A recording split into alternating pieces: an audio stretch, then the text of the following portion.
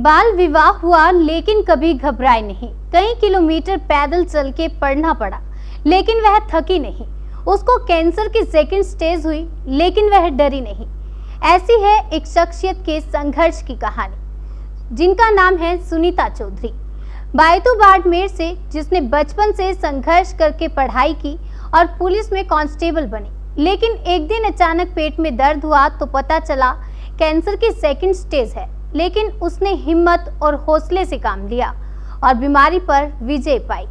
वह सब समस्याओं से लड़कर आज जैसलमेर पुलिस लाइन में नौकरी के साथ साथ समाज सेवा और संगीत के माध्यम से लोगों में जागृति लाने का काम कर रही है। चलिए आपको मिलवाते हैं इस शख्सियत से। समझाओ रे नशो घणो है खराब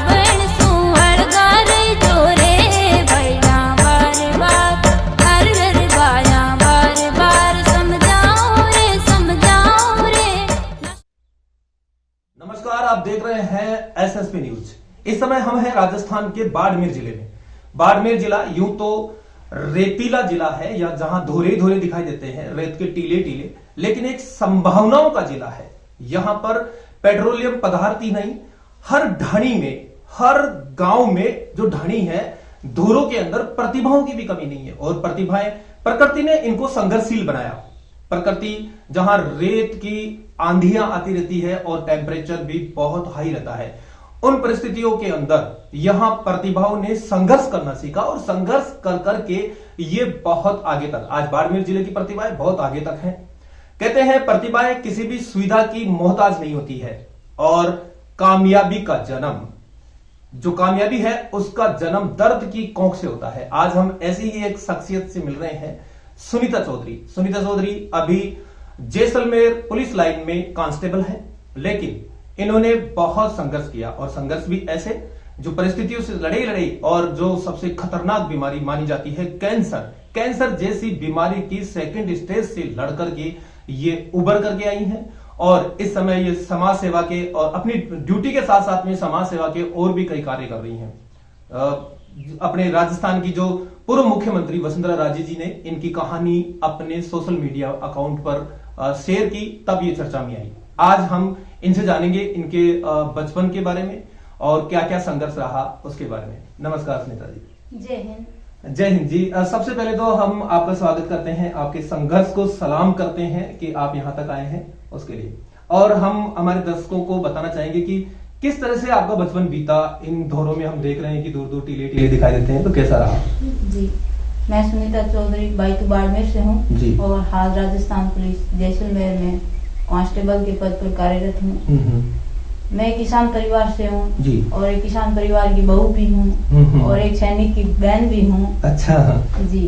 और मेरे पिताजी का नाम श्री सत्ताराम जी है, माता जी का नाम श्रीमती नौजी देवी है जी। हम 4 भाई बहन हैं। माता पिता ने खेत में मेहनत करके खून पसीना बहा के हमें पढ़ाया लिखाया, और आज गर्व के साथ कहते हैं कि हम खुद के पैरों पे खड़े हैं। सबसे पहले मैं मेरे माता पिता को कोटि कोटि वंदन करती हूँ कि मुझे ऐसे माता पिता, भगवान जैसे माता पिता मिले।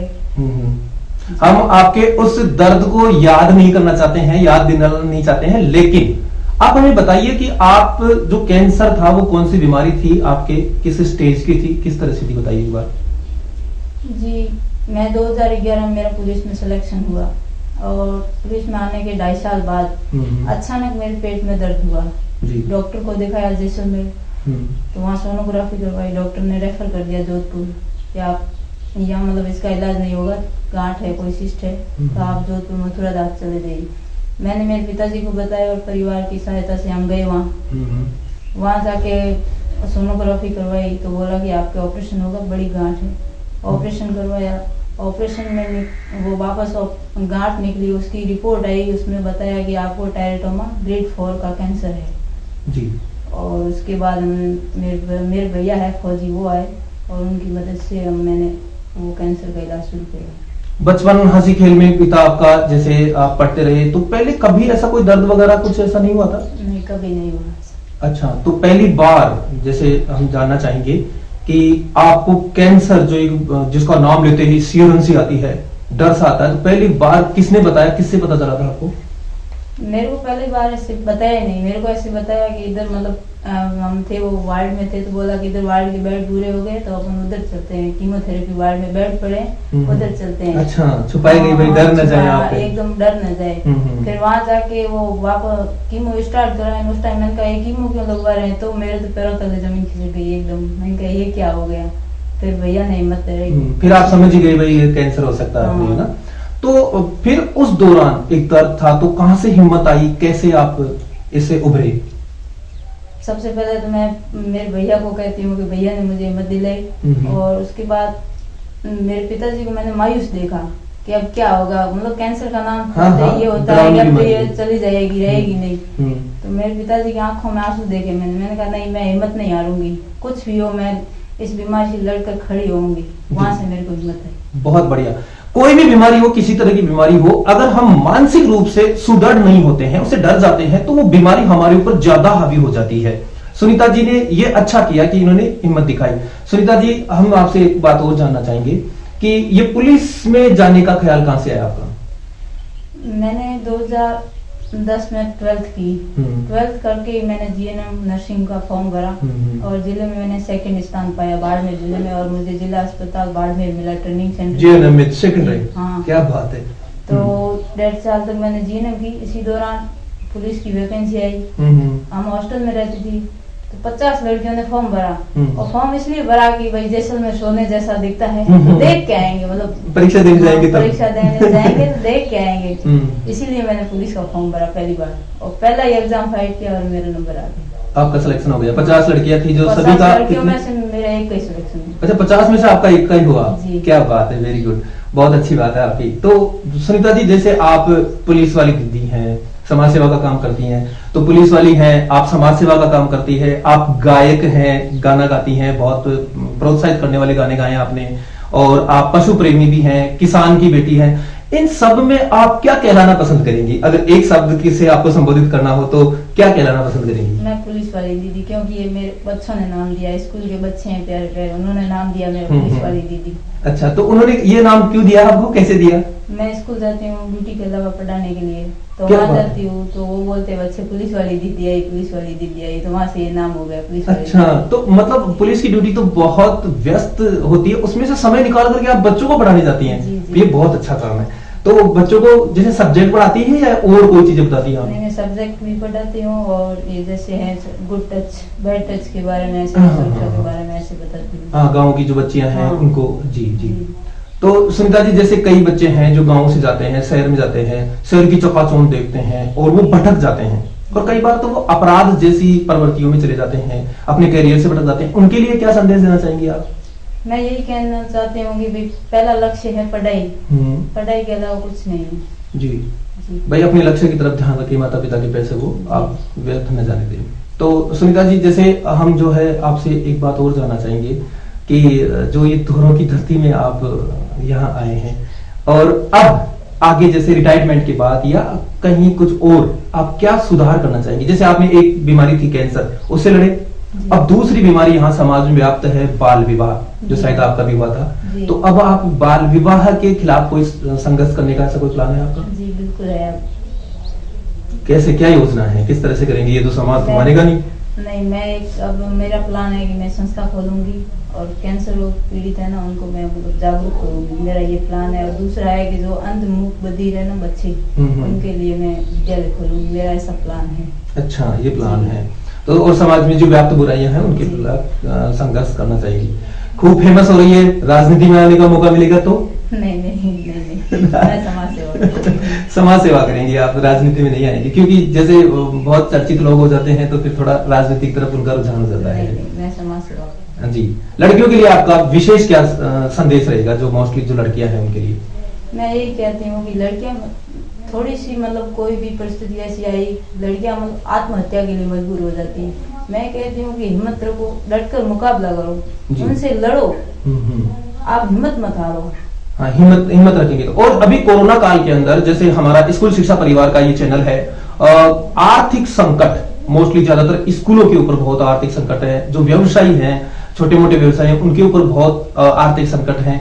कई लोग हमारे स्कूल संचालक हैं, वो कई जिंदगी की जंग हार चुके हैं। तो ये जो आर्थिक संकट से जूझ रहे हैं उनको आप क्या संदेश देना चाहेंगे कि आप किस तरह से हताश ना हो, ऐसा कोई? नहीं यार, ये तो मतलब सब जगह है, लेकिन मतलब आपको जो शौक है ना उसकी तरफ आप ध्यान डाइवर्ट करिए। जरूरी नहीं आप संगीत की तरफ जाइए, चित्रकला की तरफ जाइए, बागवानी की तरफ जाइए, तो मतलब आप मानसिक रूप से थोड़ा मजबूत होंगे। हाँ जी, मतलब अपनी टेंशन को खत्म करने के लिए, जैसे हाँ कैंसर से जब आप लड़ रही थी तब आपने संगीत का सहारा लिया है ना, ये प्रेरणा कहाँ से मिली, कैसे? उस टाइम मतलब मैं बीमार थी तो कई लोग आते थे मिलने के लिए। उसी दौरान मेरे संगीत के गुरु है वो रजनीकांत शर्मा, वो आए। उन्होंने बोला बेटा कि आप बीमारी है, इलाज तो करवा ही रहे हो, साथ साथ में आप संगीत को अपनाइए, उसको गुनगुनाइए। तो मैंने सर की बात मानी, संगीत को अपनाया, गुनगुनाया, जैसा आया वैसा गया। लोगों ने मेरी सराहना की। मुझे कोई नॉलेज नहीं था, ना क्या है ताल है, क्या सुर है, कुछ भी पता नहीं था। लेकिन और उसके बाद में मुलाकात हुई डॉक्टर बंशीधर तातेड़ जी से। उन्होंने बोला बेटा मैं योजना, केंद्र सरकारी योजनाओं पे गाना लिखता हूँ, आप उसमें अपनी आवाज दीजिए और आपकी आवाज को हम अमर करेंगे। अच्छा, तो अमर हुई भी, काफी सारे व्यूज उस पे आए हैं आपके। जी। उसके बाद मैंने खुद के खर्चे पे काफी एल्बम बनाए, गाने बनाए आपने, और आपके गानों में एक प्रेरणा होती है, समाज को एक संदेश होता है, तो ऐसे गाने कौन लिखता है आपके लिए? डॉक्टर साहित्यकार है बाड़मेर के डॉक्टर बंशीधर जी तातेड़ साहब, वो लिखते हैं। अच्छा, वो लिखते हैं और आप गाती हैं, बहुत संदेश। तो जैसे आपको आपकी सीडी का लॉन्च मुख्यमंत्री अशोक गहलोत जी ने किया और पूर्व जो राज्यपाल थे उन्होंने भी आपको सम्मानित किया, कैसा क्या लगता है उस समय? माफ कीजिएगा, जैसे एक तो आप कितना दर्द, कैंसर जैसी बीमारी और बचपन का संघर्ष, ये सब करने के बाद में जब ऐसा सम्मान मिलता है तो कैसा लगता है? बहुत अच्छा लगता है, बहुत अच्छा लगता है, हिम्मत आती है, एक नई ऊर्जा का संसार होता है मेरे अंदर। जी, कई महिलाएं हैं जो कैंसर से लड़ रही है, कई बहनें हैं हमारी जो कैंसर जैसी खतरनाक बीमारी से लड़ रही, उनके लिए कोई संदेश हिम्मत वाला आप कोई? मैं यही कहती हूँ कैसी भी परिस्थिति हो डटकर मुकाबला करें, हिम्मत नहीं हारें, और अपना ध्यान डाइवर्ट करने के लिए अपने जो शौक है वो पूरा कीजिए, उसकी तरफ ध्यान डाइवर्ट कीजिए, तो बीमारी अपने आप ऑटोमेटिक कम हो जाएगी। बीमारी की तरफ आप ध्यान दोगे तो वो अपने ऊपर ज्यादा हावी होगी। जी, बहुत बहुत धन्यवाद सुनीता जी। ये थी सुनीता दीदी, पुलिस वाली दीदी, जो इनको बच्चों ने ये नाम दिया है, और ये बचपन से संघर्षशील, अपने संघर्ष को इन्होंने एक अच्छा मुकाम दिया, आज ये बढ़िया मुकाम पे हैं। कैंसर जैसी बीमारी जो सेकंड स्टेज पे थी, उस बीमारी से लड़ करके आज ये जैसलमेर पुलिस लाइन में कांस्टेबल है। कांस्टेबल के साथ साथ ये समाज सेवा का काम करती है, ये बहुत अच्छे गाने गाती हैं और ये बच्चों को पढ़ाने जाती हैं। हमने देखा ये पशु प्रेमी भी हैं, पशु पक्षियों के साथ में भी ये जीवन बिताती हैं। तो इनकी कहानी से हमें सीख मिलती है कि जीवन में कितनी भी विकट परिस्थितियां आए, इंसान को कभी भी अपनी हिम्मत नहीं हारनी चाहिए, क्योंकि हिम्मते मर्दा तो मददे खुदा। नमस्कार, मैं सुरेश शर्मा, SSP न्यूज। धन्यवाद।